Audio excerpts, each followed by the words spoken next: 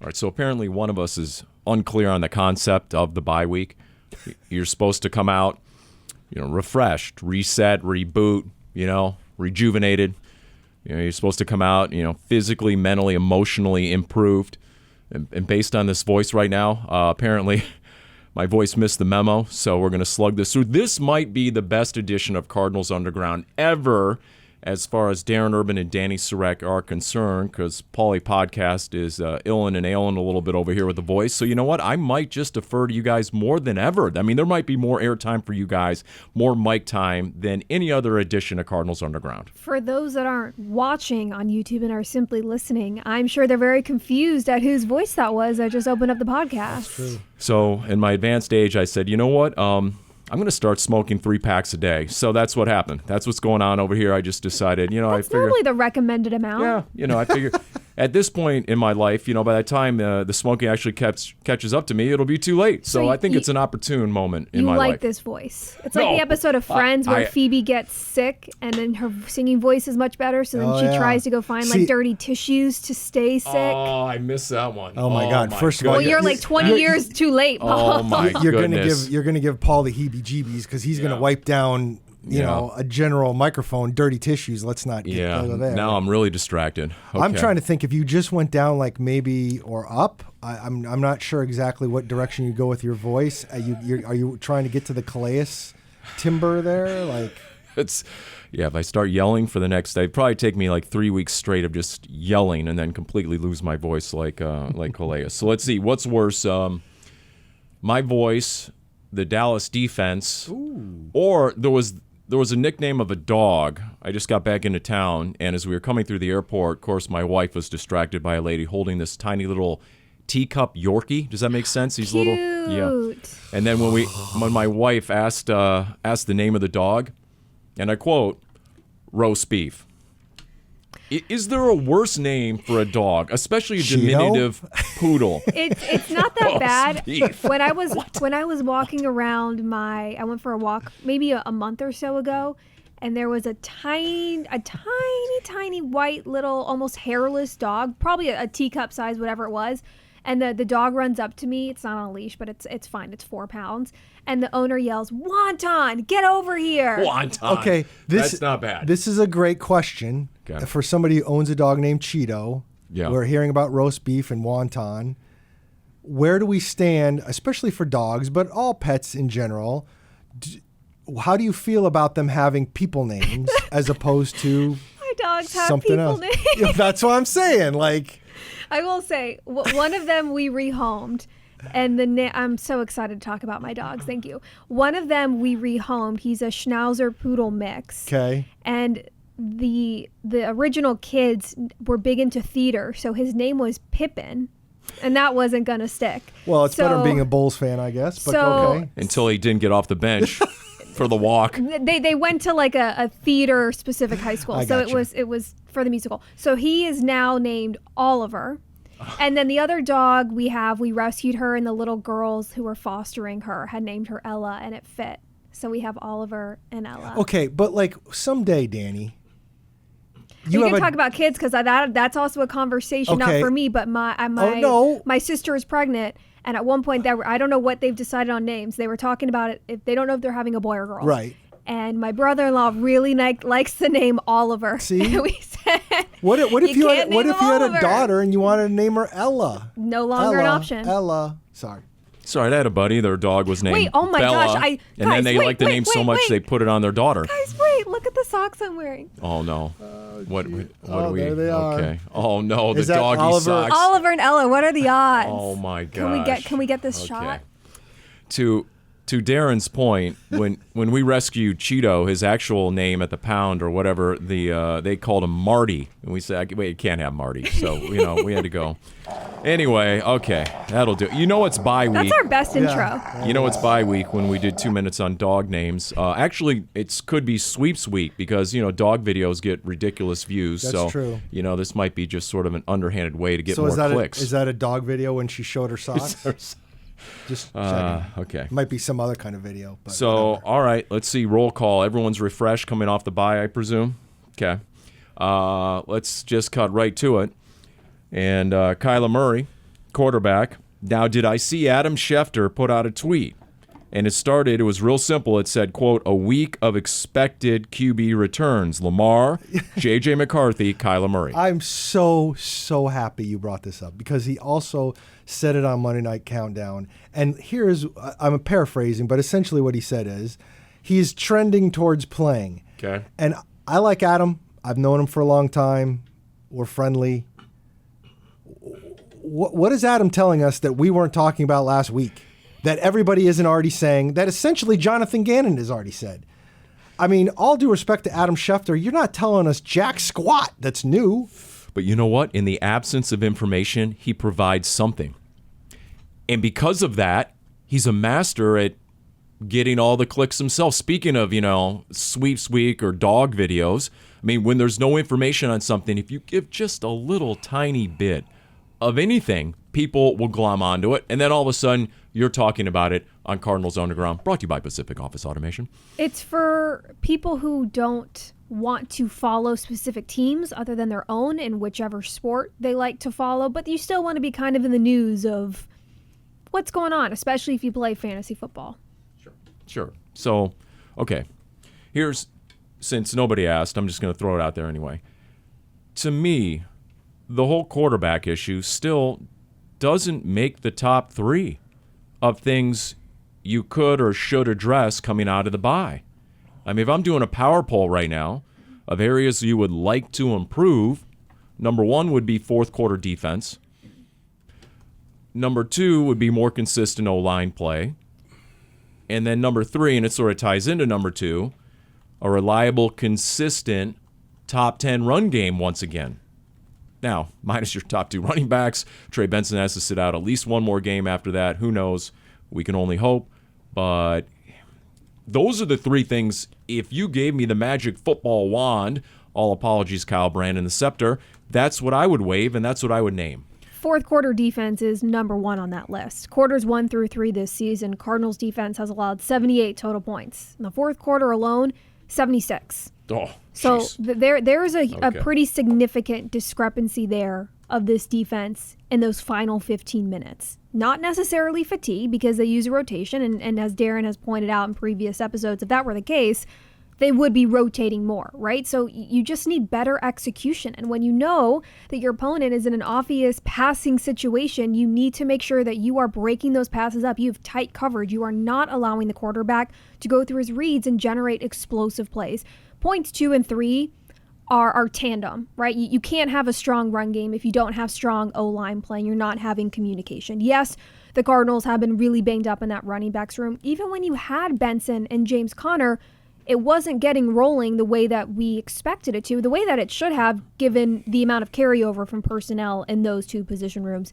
You need better run play from this offense. That's how everything gets going. We've seen some really positives from the passing game the last few weeks. You need to continue that and marry that with a stronger run game. I am fascinated for this game this week. Monday night, Manning cast version. Oh, that's right. In Dallas, I know Dani is celebrating our chance to see my man Brian and everybody else back in the Sureck household. There's going to be about 10 storylines you can look at because they're coming off the bye, all these things that you guys were just talking about. The quarterback is going to be one of them, and not because he is the only reason of this or that. I tend to agree with you too. Like, I think there are other things that this team, if they can get better, mitigate the quarterback part of it. But the reality is Kyler is undefeated in this building. He's always played well in Dallas. We're assuming as we record this, he will play this week, as you mentioned with Adam Schefter. I didn't need Adam Schefter to tell me that. And I would think he's going to be back out there. What that looks like is going to be fascinating to watch, because the other thing is we can sit here and talk about all that stuff, but the Manning cast and Joe Buck and Troy Aikman, I know what their number 1 storyline is going to be, and it's probably going to be the quarterback, and it's going to be really interesting to see how that plays out, what it looks like. And again, going back to what you made the point of very early in this podcast, Paul, the Cowboys are struggling on defense. So there would seem to be opportunity for this offense, whatever things it needs to work through, that it can get a little bit better, at least this week, because of who they have to go against. Yeah, the Dallas D just gave up 426 total yards to Denver. They're giving up almost 400, just over 400 yards a game. Somehow they're not dead last in the NFL in total defense and scoring. Cincinnati, but it's close. It is close. Rushing yards, they gave up $179 to Denver. They're second to last in passing yards allowed. So, yeah, anywhere you look, Dallas is at the bottom of the league. And it does seem to sync up quite nicely with the trade of Micah Parsons. Funny how that works. Not having Trayvon Diggs with the mysterious concussion and knee injury, it's a banged up defense. What's so interesting about the Cowboys is you've got such a lopsidedness of this team. Is you got a defense that is struggling to get off the field, struggling to keep their opponents out of the end zone, and then you've got an offense that's got 3 games where they put up 40 or more points. So it lends the question of, okay, for the Cardinals, do you win this game on defense, or you win this game in a shootout going toe-to-toe with a really prolific offense? Yeah. Or maybe it ends up being both. I don't know. They live by the 40 burger, die by the 40 burger, because they've given up 40 plus twice as well. So it's not going to be boring, put it that way. All the storylines, I think all the potential for firepower. Nothing with the Cowboys is ever boring, It's just Paul. not. In that building, Kyler going back. He's been winning games there since he was 15. I mean, it's a home game for him. You got to figure, okay. But one last thing on the quarterbacks. I know there's so much talk about it. And I know they're different quarterbacks, obviously. But is quarterback the difference in this team getting wins? That is the big picture point I'll make, because for everything Jacoby Brissett did, and man, did it look good at times, there's no doubt about it, they still ended up with the same result, a close loss. So they are different quarterbacks. There is a different style to getting down the field.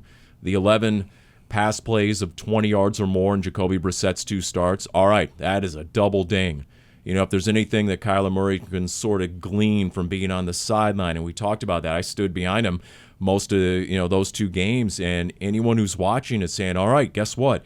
If, and Lorenzo Alexander made this point, if maybe he had lost confidence in a couple of his receivers, there was actual evidence early in the year. There were a number of drop passes, but to watch, to have a front row seat to see Michael Wilson and Zay Jones and even Marvin Harrison Jr. make these contested downfield catches at the second and third level, maybe it restored a little bit of the confidence from Kyler. You know what? Even when they're covered, they're open, I'm going to throw it downfield and trust that if the very least they break it up, and hopefully you come up with an explosive. Quarterback play is a difference maker. It's very hard for teams to win games if you don't have a good quarterback. What's the positive from what the Cardinals have learned is they have really strong depth at that position, whether it's Kyler Murray, Jacoby Brissett. The fact that they have different styles of play, they've shown that they can still put points on the board. They can still move the ball down the field and move the chains. Now, Brissett still didn't get a win. It was 2 losses, his 2 starts. But still, Murray has led the team to 2 wins, right? So I don't think the difference maker of wins or losses is strictly on quarterback play. Now, it is in the sense of it's hard to win when you don't have a good quarterback. What we've learned, though, is the Cardinals have put themselves in a very good position, which is they knew they were doing that in the offseason when you signed Brissett as a free agent, is that you can put your backup quarterback in and you feel confident that this team can still move the ball down the field and hopefully get a win. They were close, but weren't able to close it out. In the end, that's where the spotlight's going to be. The wide receiver thing I'm really curious about. And you guys will remember the last time the Cardinals went to Dallas a lifetime ago during their really good season of 2021. They struggled at the down the stretch, but one of the wins they got was in Dallas. And what receiver popped that day? Antoine Wesley. That's right, Tweezy, baby. 2 touchdowns. So that's right. We know Kyler can find receivers, even if they're no names. No offense, Tweezy. Am I remembering, didn't running back Eno Benjamin, he had a really crazy catch or he had a pass? Wasn't there Jonathan Ward had like a special, Ward, yes. the helmet trap catch on the fake punt, yeah. That was a big win because they were not winning games they were supposed to be, or they were losing games they were supposed to be winning down the stretch. But that's neither here nor there. They won in Dallas. Kyler was the quarterback. That's kind of the point. Yeah. What else is coming in Dallas? What else do we need to mentally prepare for, right? What else is sort of endemic or signature about the Dallas Monday night experience? Well, I don't know about necessarily the Monday night, but we're going to sit here and talk about what this means for the Cardinals and how big of a deal it is. And hey, this is a defense you can go get. The Cowboys at 3-4-1, who have played. I think I saw a stat where they're on pace to be the only team ever to score 500 points and give up 500 points in the same season. Wow. If they somehow lose to the Cardinals at home, Dani knows what that's about. I mean, I was there for many of Jason Garrett's 8 and 8 there you seasons. go. So I mean, I just think considering, I go back to what you said, Paul, which is, I was watching the Monday night game last night. It was whatever it was, Chiefs Commanders, and they had a little promo for next week's game. And of course, my first thought is it just still is weird to me. I'm sitting here watching it and thinking to myself, in exactly 1 week's time, I'm actually going to at a stadium that they're televising on this instead of like me sitting at home watching it. But the other thing I'm thinking is, Darren, you've been doing this for a quarter century. Why which would is that good, be right? Okay, like, isn't that a good thing that I still have kind of that fresh, still the joy, the joy, the joie de vivre of whatever. I have to look that up. Go ahead. Thank you. I'm a wordsmith. Let me know what it says when you look it up. Somebody spell it, please. I think the other thing that I think of is, and this kind of goes what Dani said too in terms of it's Dallas, like, considering where these teams are in the standings, I think there's lots of outstanding, interesting storylines, even for a national audience. Whether it's Kyler, whether it's the Dallas thing, whether it's these two teams trying to stay in the race and be something. Like, I think there are things to talk about. And when you talk about the potential of there being a bunch of points, that also happens. And that's why the fourth quarter defense is really fascinating to me, because the Cardinals have had times when they played good defense. Can they do it against this offense, which can be argued might be the best in the league? Not just the Cowboys offense. Cowboys kicker. Brandon Aubrey has got a leg. So it's not just about fourth quarter keeping them out of the end zone. You can't let him get close enough for him to be within range for a field goal. You mean like their own 40-yard line? Yeah, pretty close. So the Green Bay game, whatever that backup kicker's name was 2 weeks ago, he kicked the 61-yarder right before half. Yeah. And that was a team record. Yes. And that was kind of a mind blow for everyone. What? That's the Packers team record, 61? Because guys like Brandon Aubrey have 5 60-plus yard field goals the last 2 years. He's got a 65-yarder on his resume. He's also kicking indoors, and the other dude, first of all, the Packers are kicking it on a frozen tundra. That is true. But, I mean, Aubrey's unbelievable. But again, we can talk about kickers all day if you want. Like, the 55, 56-yarder, Chris Boswell was bombing against the Packers in Pittsburgh, which previously had been a pain in the butt to kick field goals at. And now he's like kicking 55, 56-yarders like it's nothing, which is kind of where kicking is right now. Chad Ryland, where are you? I know that you probably think you can kick a 60-yarder in a heartbeat. Bring it on. By the way, big3azcardinals.com that we post every week. Isn't her big three? Three big things. Three big things, yes. Thank you. This week, mine is going to be sack Dak. That's going to be the headline. I love a good rhyme. Here we go. 3 games that he's been sacked 2 times or more. He had his only 3 touchdown passes and 5 picks.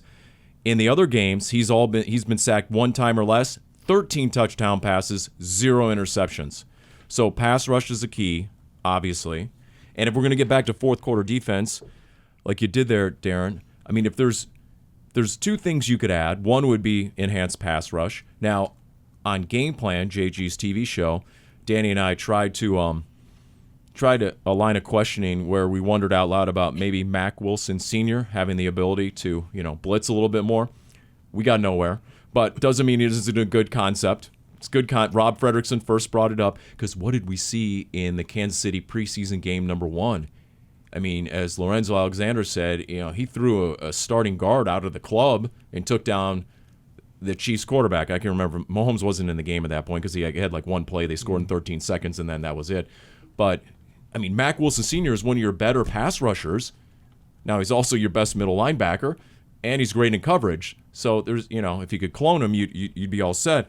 But I just wonder in some of those high leverage moments, A, do you bring him more after the quarterback? Then, number 2, in terms of fourth quarter defense, if you're asking yourself what area of the team could you bolster the most, interior D-line would be my answer.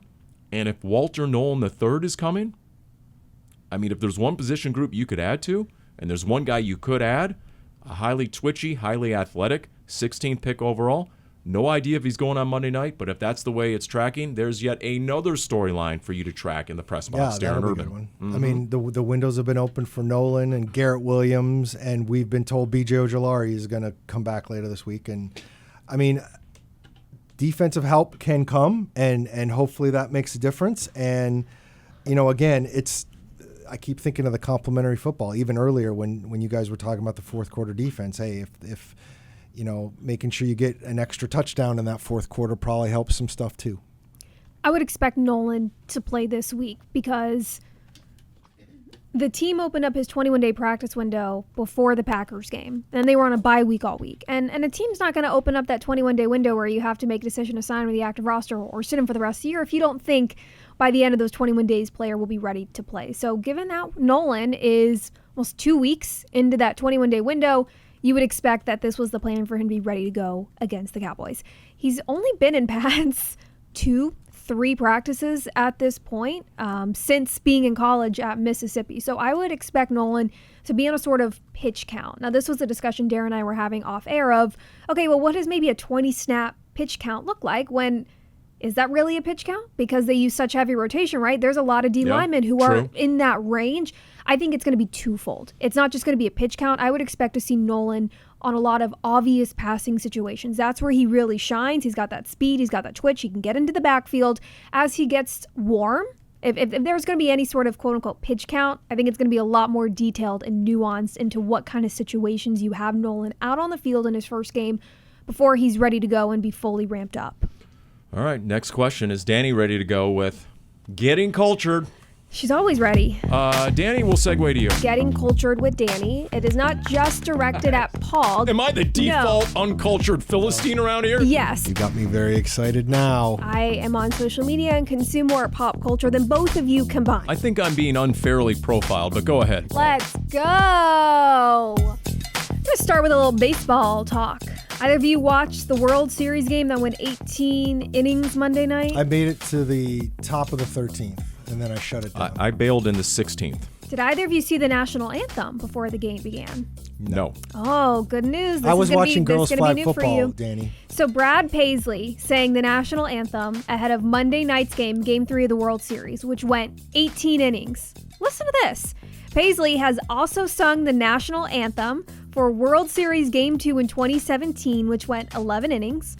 World Series Game 3 in 2018, which went 18 innings. And World Series Game 1 in 2024, which went 10 innings. Oh, my gosh. Is that good luck or a jinx? What are the chances of that? Wow. Isn't that crazy? That's a good one, though. So if you have a lot of extra commercials you want to load into your broadcast, you know, if you're a network, you hire Brad Paisley. Quick, someone get Paisley. Here we go. We got a backlog of commercials that got aired tonight.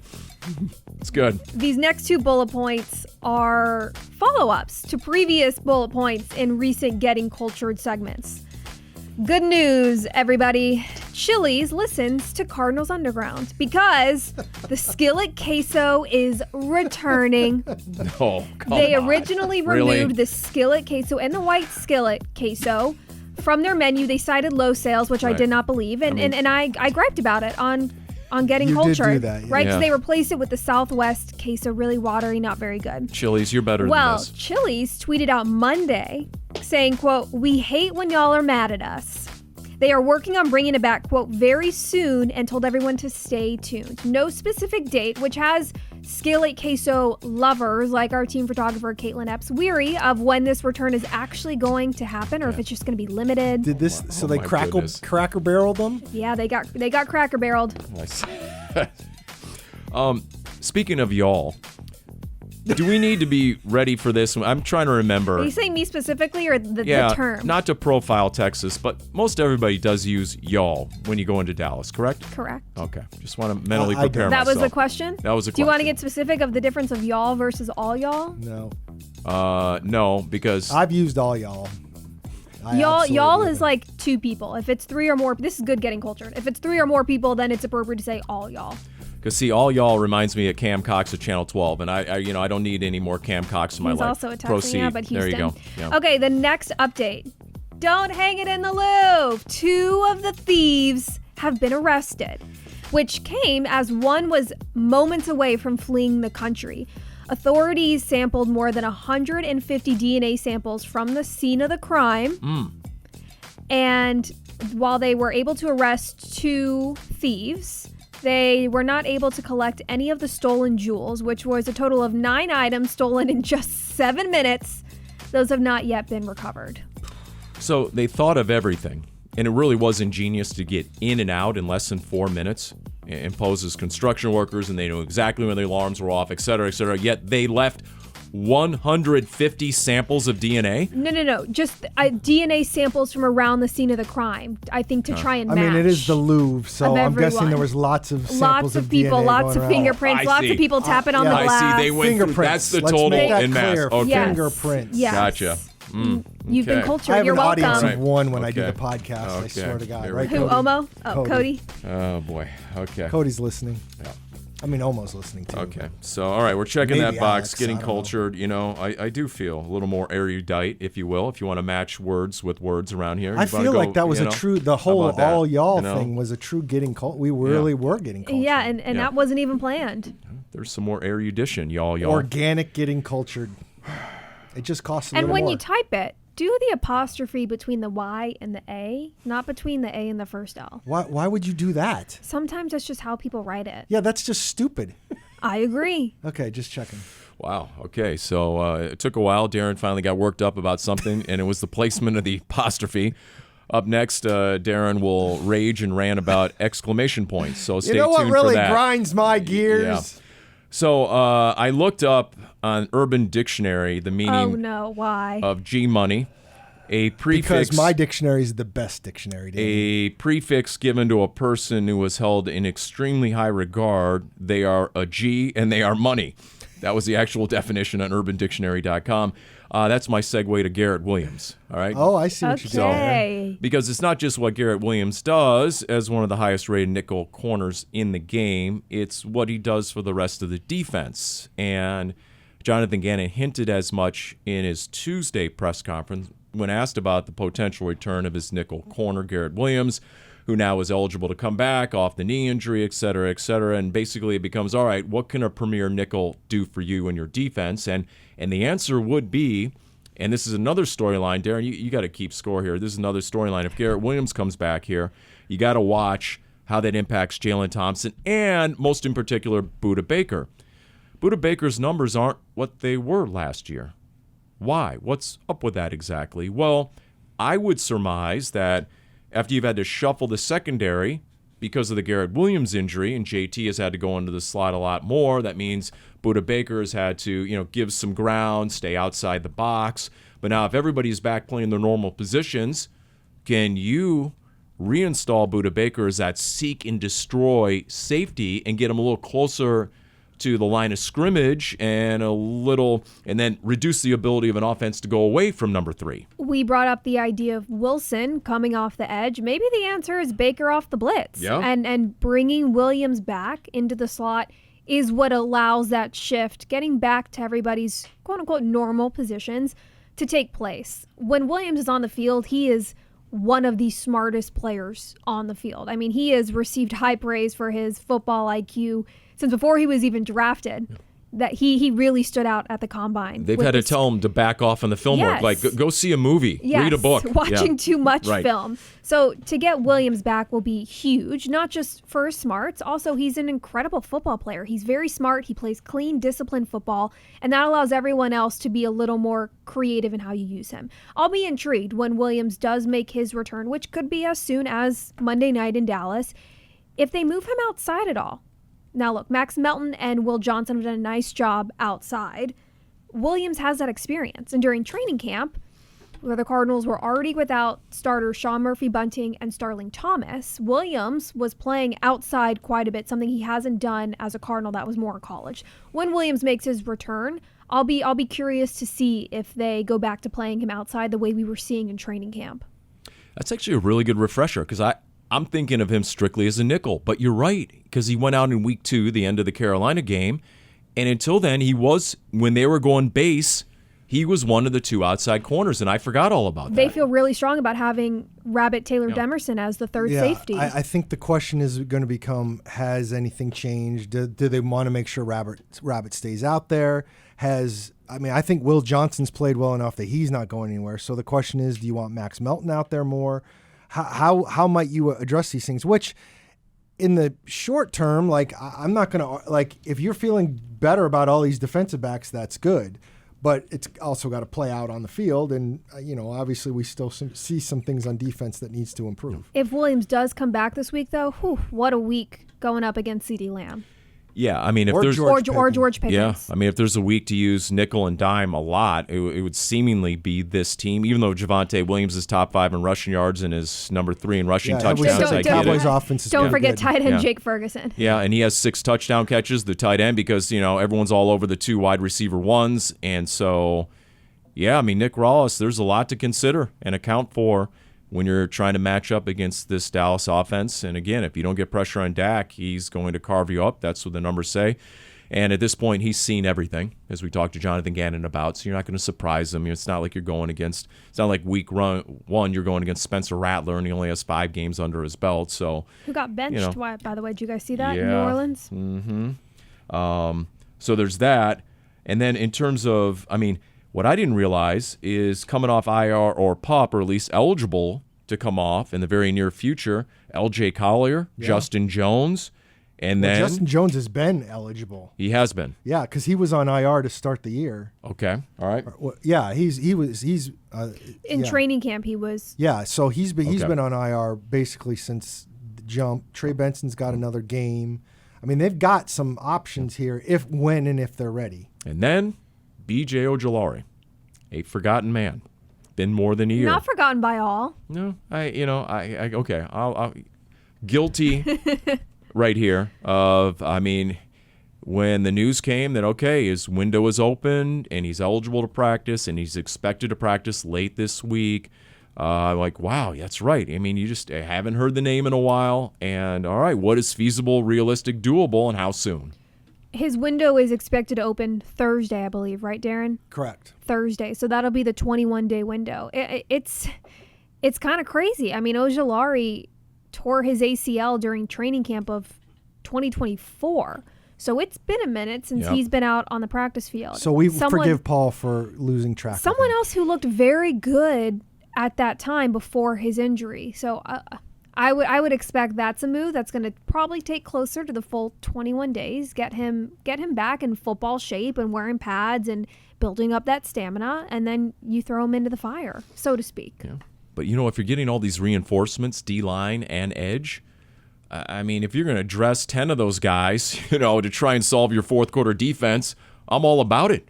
If you're just going to solve it with numbers and keeping guys fresh, and then in the fourth quarter, Mac Wilson Sr. had a comment after this last loss against Green Bay that, if guys are getting tired in the fourth quarter, the first thing to go are the details. Yeah. And so, all right, more opportunity to keep guys fresher. Maybe that's better football down the stretch, et cetera, et cetera. But if you want a compromised memory and, not recollecting very well, well, all you need is another edition of Wise Guy. It's time for The Wise Guy, the world's fastest growing Cardinals quiz show. The stakes are low, the winner gets absolutely nothing. Here's your hostess with the mostest, Dani Sureck.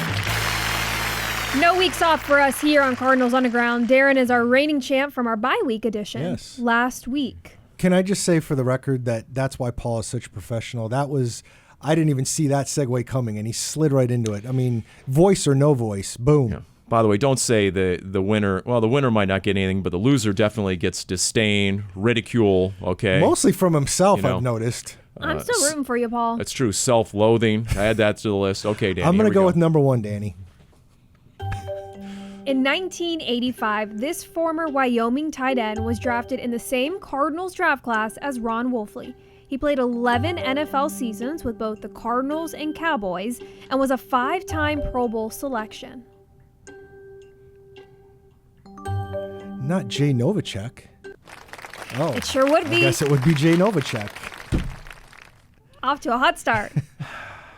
Let me guess, Paul, you knew that one? I didn't realize he was drafted in 85. I thought he was later than that. When he puts the negative in front of the answer, is it an anti-answer? When he says not correct answer, does that make it incorrect? What, Paul? Control That's the my question. controllables. Control the controllables. Not correct answer equals incorrect in my book. I heard the clap, so from beyond the glass, it was approved. I was going to say from beyond the grave, which was going to freak me out a little bit. Oh, we know how much you like the graveyard, so. Yeah, Darren, you're the last guy. You're the guy who enjoys old graveyards should be the last guy freaked out. I don't know why this is such a bad thing.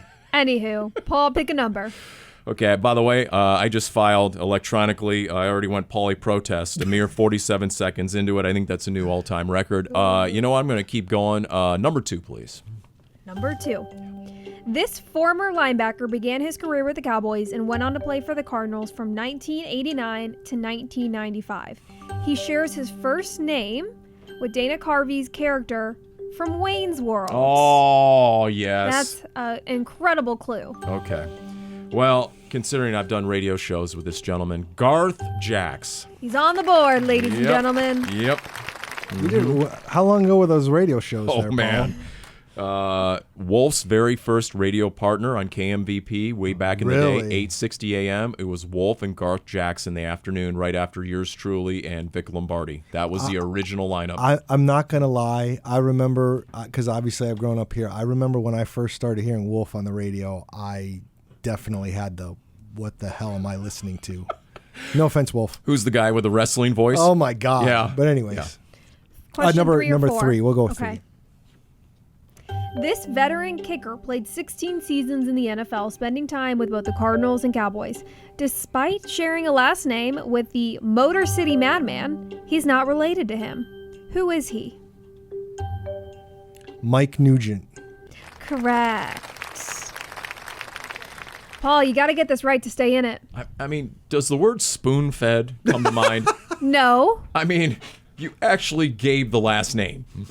Okay, here we go. I'll be fair. If it wasn't for that, I had no chance, but neither did you, so. No, I knew Mike Nugent, actually. You knew before the Motor City Madman? Paul always knows your Motor answers, City Darren. I mean, you're a Detroit native. You should know what I'm Motor saying City is Madman if they hadn't Ted given Nugent. a clue about the Motor City Madman, then I wouldn't have known. Oh, no. Without the Motor City Madman. No. Okay. Right, Here we go. Question 4. In 2008, the Cardinals beat the Cowboys in overtime on a blocked punt that was returned for a touchdown. Who blocked the punt and who scored the game-winning touchdown for Arizona? Oh, man, I was right there, and I interviewed both of them. Okay. You interviewed both of them? So the linebacker, oh, my gosh. And then the special teams, the guy who scored it was Sean Morey, and the linebacker who blocked it, he was like a backup inside backer, and I'll never remember his name. God darn it.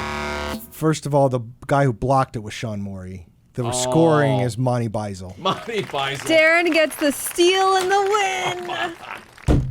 Unbelievable. I love it when he says, I interviewed both of them, so I'm picturing him like standing on right there.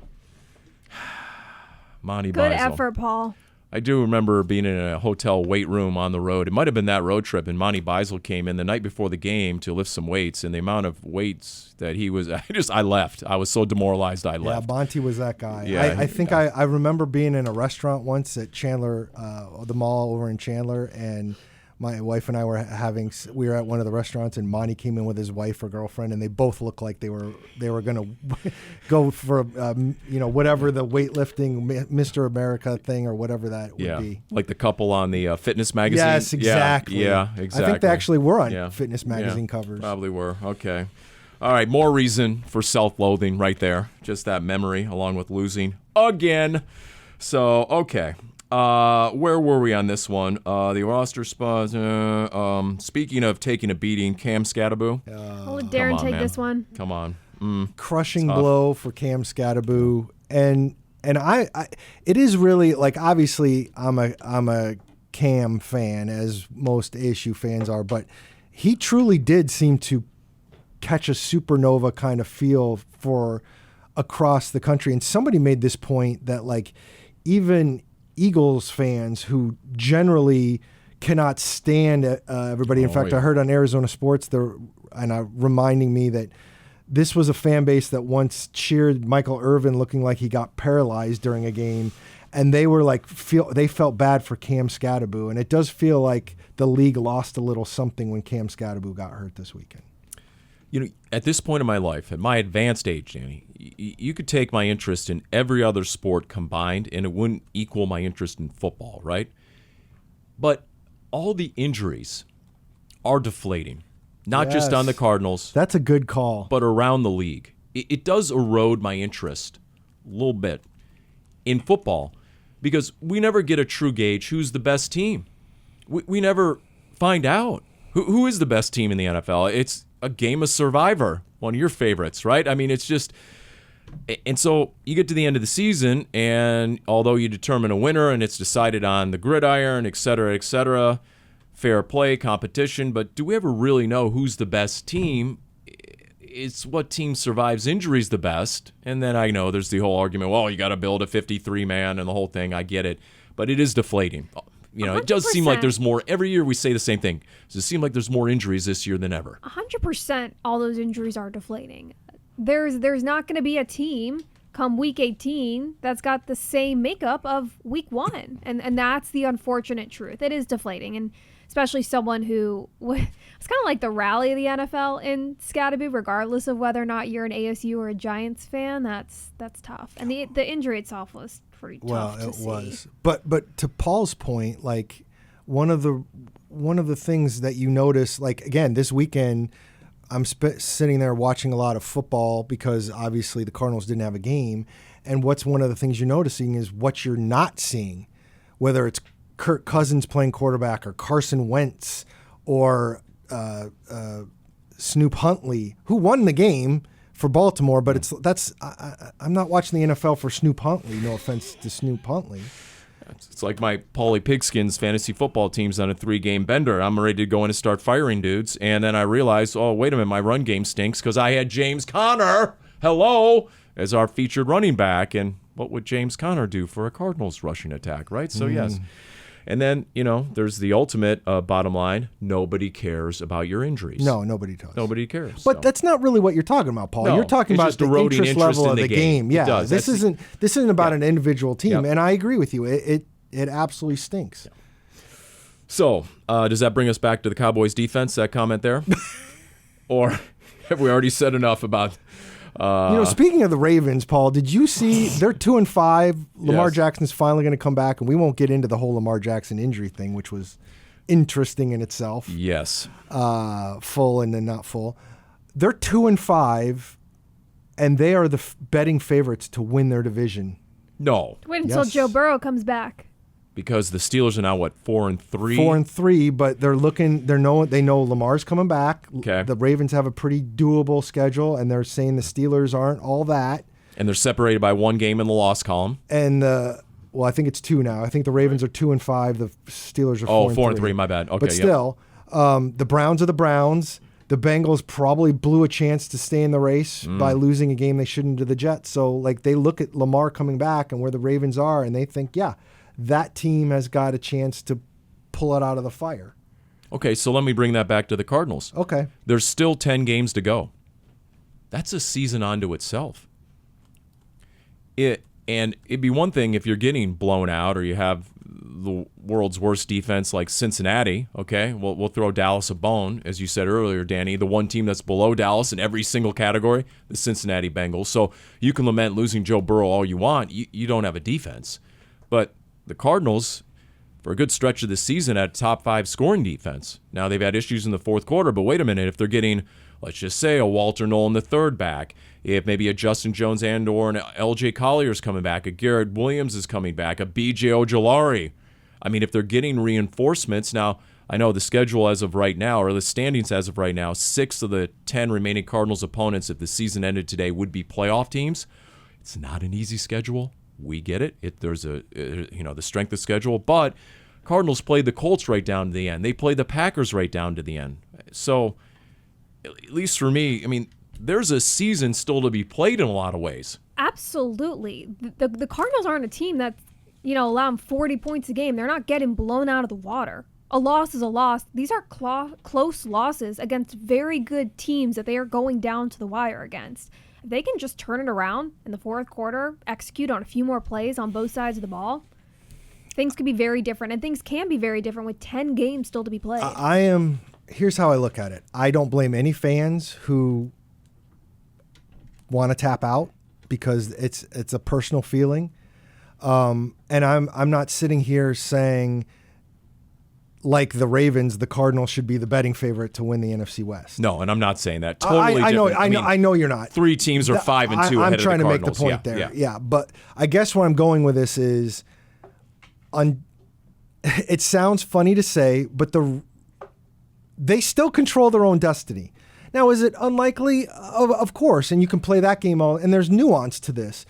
But because there's so many games left, if they beat the Cowboys, okay.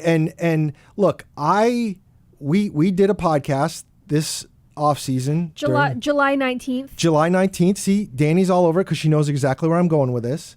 And we had to make bold predictions. And I, as you know, Paul, am not somebody who makes bold predictions. I'm not hot take guy. I'm the opposite of Paul Calvisi. But my bold prediction was, back on July 19th, that the Cardinals were going to come out of the bye and win in Dallas and win in Seattle and then beat San Francisco at home. Now, that looks like an incredibly high mountain to climb right now. Wow. But I'm not wrong yet. So... Okay. And Paul's prediction was that the game against the Buccaneers will be moved to primetime, which is still a possibility. And mine was that when the Cardinals host Jacksonville, Travis Hunter will not be a two-way player, which is essentially trending that way. Well, first of all, now that I know, and I can't remember if we brought this up at the time, but I'm going to bring it up right now. I feel like Tampa getting moved to primetime is all about Paul making sure he's not in the sun. What kind of prediction was that? I'll take Tampa in November any day or December, whenever it is. Yes, right. So, okay, here is my hot take. What if I said there are going to be 3 playoff teams out of the NFC West? Doable. Okay.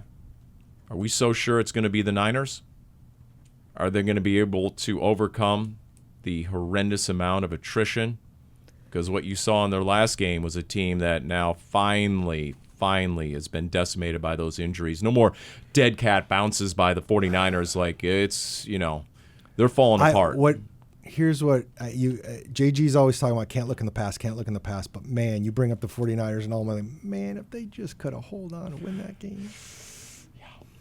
Of course, you can say that about at least 3 games so far this year. You're right. So, and it's hard not to keep looking at the Tennessee game and view that as we start to see holiday commercials as the gift that keeps on giving in the wrong way. We got notice that on Monday Night Football? A lot of Christmas commercials on Monday Night Football, if you didn't happen to notice that. 'Tis the season. It's October, Paul. Yeah. So, okay. Anything else? By the way, Halloween, Dani, are you coming into the office on Halloween Friday in costume or not? No, I will not be in the office on Friday. Oh, that's right. That's right. She's going to be in costume in Dallas. That's right. Playing the dutiful daughter. That's true. The dutiful aunt. Okay. I'm going to Dallas. I'm going to Dallas a little bit early. No, absolutely not. Dani asked me before we came in what I was going to dress as. Yes. I said sports reporter. And I said he wore that last year. And I said, if it's not broken, you don't fix it, Dani. Yeah. Okay. All right. By the way, does Dad Sureck, does he decorate the house? Is the house going to be for Halloween? For Halloween? No, because when I lived at home, one of my favorite things was to decorate the house. Quick funny story. There was a time I had just moved back from college, and my parents were driving down to Austin to visit my sister at school. And my parents very kindly left me some money for food, whatever I would need over the weekend. And I used that money on 2 things. One, to take my dog Oliver, because he was our only dog at the time, across the street to the church that had a pumpkin patch where you could take pictures. So I bought pumpkins and I bought spider webs to decorate the front yard with the money that my parents left me. So I do like decorating, but no, the house will not be decorated. Most college students would take that money over to the happy hour, but okay, that's good. Dani doesn't drink. No, that's good. That's all right. All the food money. We'll leave it there while she has plausible deniability here on this edition of Cardinals Underground, brought to you by Pacific Office Automation.